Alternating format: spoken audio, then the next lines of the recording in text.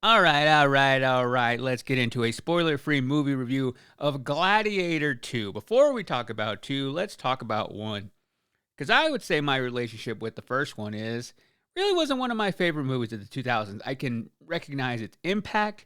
Ridley Scott obviously made that movie with the intent, I think, of making a more, I don't want to say completely historically accurate movie, but he did draw a lot of inspiration from actual historical figures to create Russell Crowe's character. So, Russell Crowe's character from the first movie is based on a lot of people, and if I watched that movie, which I actually rewatched it going into this one just because I wanted to be refreshed, back when that movie came out, I was pretty young when I watched it. I remember watching it on DVD and thinking, wow, that was a cool movie.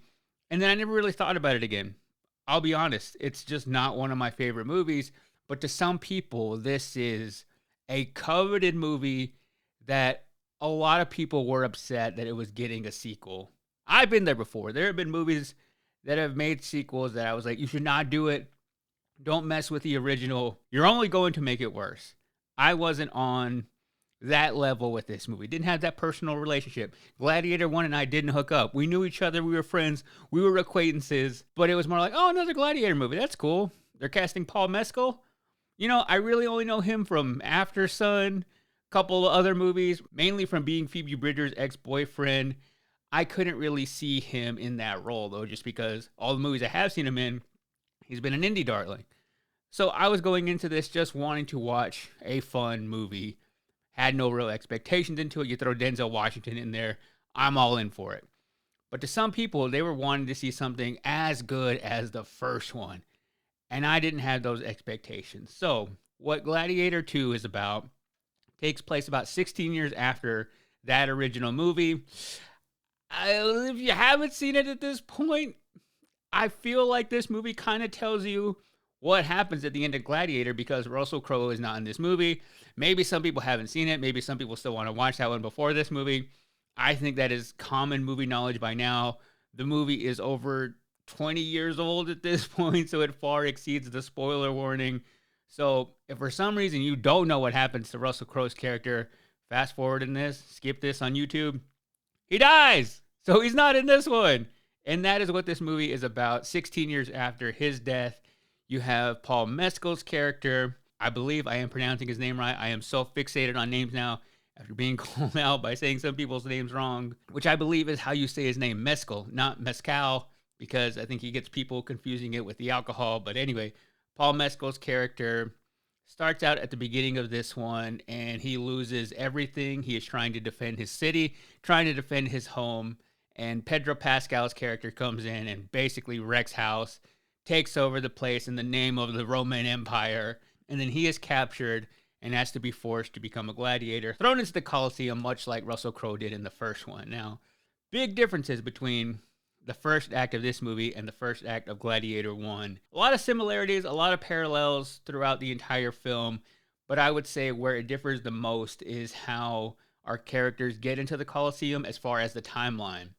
And what I liked about the first one is you spend a lot more time with Russell Crowe's character getting to know how badass he is and seeing all those things of him fighting people, how much of a warrior he is. I think my favorite scene in that first movie is whenever he is straight up prisoner and finds a way to escape and then grabs the sword with his hands. Like, that was an awesome moment that sets you up for the rest of the movie, that he is going to be a force to be reckoned with. But in Gladiator 2, everything happens a lot more quickly. It still starts out with a big battle, much like Gladiator 1 did. But you get less time to know Paul Mescal's character, and really you are only told how strong and how much of a fighter he is in the beginning. You learn that later as he fights more and more people and animals.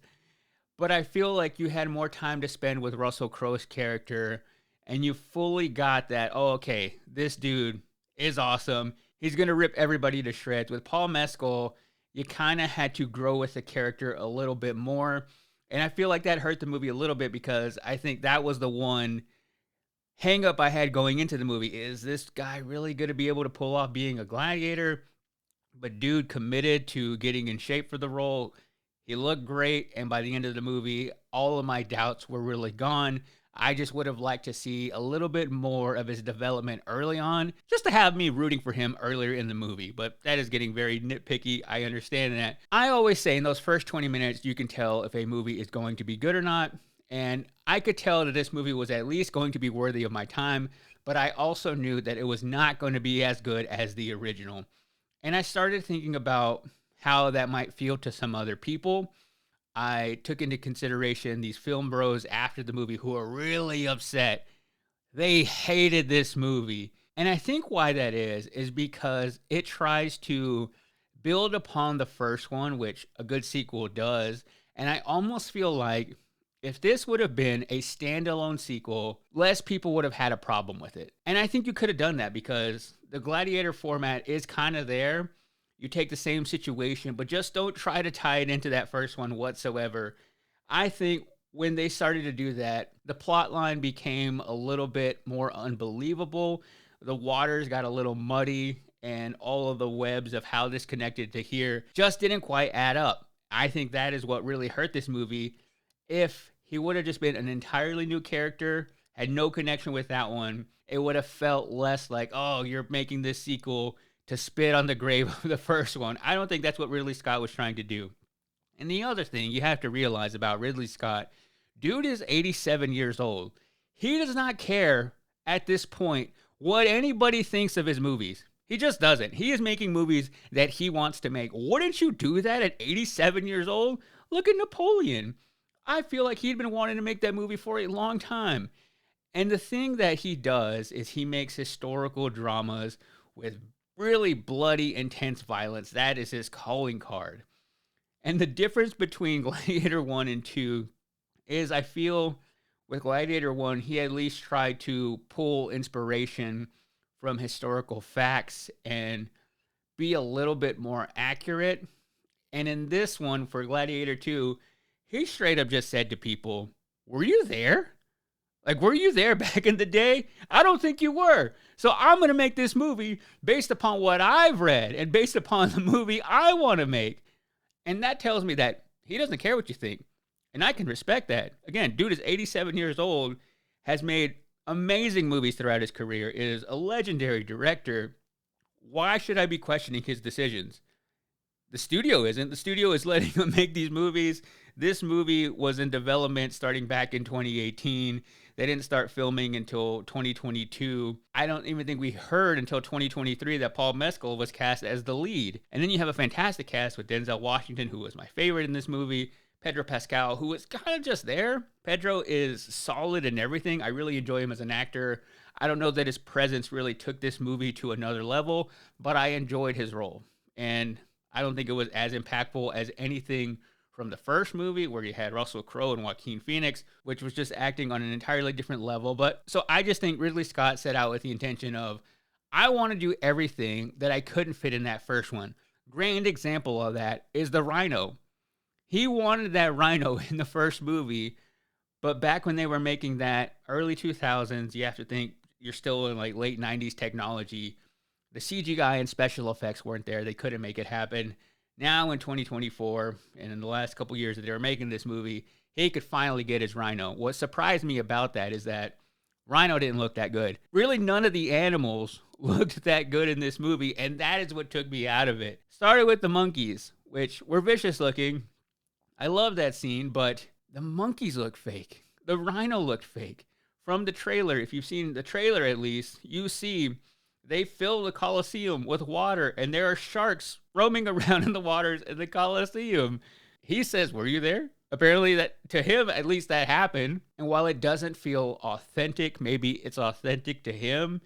And I could sit here and cry about how it didn't feel real or set in reality. But to be honest, I didn't really care about that at that point. I was sold on the story. I was able to suspend disbelief and just allow myself to enjoy it because I wasn't holding it to the standards of the first one. Once I realized it wasn't going to be as good, it is just a fun action movie with some real good acting. Rarely do you get a movie that is both fun and has great A-level acting from Denzel Washington, Paul Mescal, the entire cast. fantastic actors, and that is really what elevates this movie. If you didn't have them, if you didn't have such a great director as Ridley Scott, this movie would be hot garbage. But you don't have to worry about that because you have really great people making this art, and it might not be what you wanted in the sequel, but I truly believe this is exactly the movie they wanted to make. And a lot of people are saying this was a lazy sequel. I would say, aside from the special effects, which is just surprising to me how bad they looked and how cheap they looked. This was a much more expensive movie than the first one. I think almost 100 million more that they spent on this movie, and it still didn't quite look like that price tag. And it's done fairly well at the box office, still about 100 million less at the time of recording this, under what the first one made in its entire run. So I still think it'll climb towards that as we go through the holiday season. I don't know if it's going to be as profitable now because it already cost $100 million more.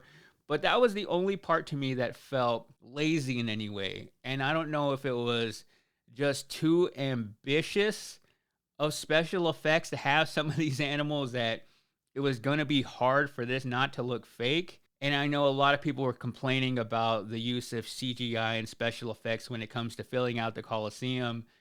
What are you going to do? Are you going to get thousands and thousands of extras in there? I don't think that is going to happen. There are other little things that you think about as people are speaking in the Coliseum. There's no microphones, and they're speaking out into the abyss, and you're assuming that everybody there can hear. So there are just some things that aren't going to add up when it comes to those little details. But I would say overall, the action is there. The performances are there. And even though the animals don't look the way I would envision them to look in a movie that costs this much, it's really not that distracting unless you're just being like, oh, why does that thing look so weird to me? That is just a thing I noticed that I was surprised by. But overall, nothing about this screamed cash grab to me. And even if it was, the only reason I feel okay with it in this sense, because most times I get annoyed by cash grabs, I feel like it makes me think less of the people who make a movie for that reason. But in one of the plot lines, I feel like Ridley Scott told us why he made this movie, because this movie focuses a lot on power, particularly the cost of power, legacies, what you inherit from the past.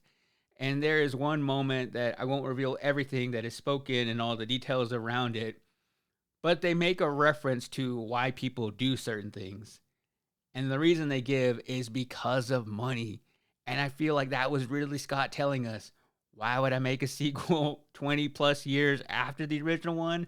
I'll tell you in the movie, it is because of money. I think he is setting up his family and thinking about his legacy of, is he going to leave behind movies that he is truly proud of? And does he want to be on his deathbed thinking, if I just would have made this movie and done it this way, done it my own way, that is what I regret. Because that's what you regret in life, the things you don't do. I think that is what he is doing at this point in his career. You get the best of both worlds. You make the money, which is the root of power, just like in this movie, and then you leave behind the legacy of all these films. He told us in the plot line, so you can't be mad at that because he showed his cards. He revealed it to us exactly why he is doing this, exactly why he is making movies. And most times, I would have an issue with the director making a movie without me, the viewer, in mind. How selfish of them. But it's Ridley Scott. I'm going to keep going back to the well, even though I know exactly what he's going to do at this point. So for Gladiator 2, I give it 4 out of 5 swords.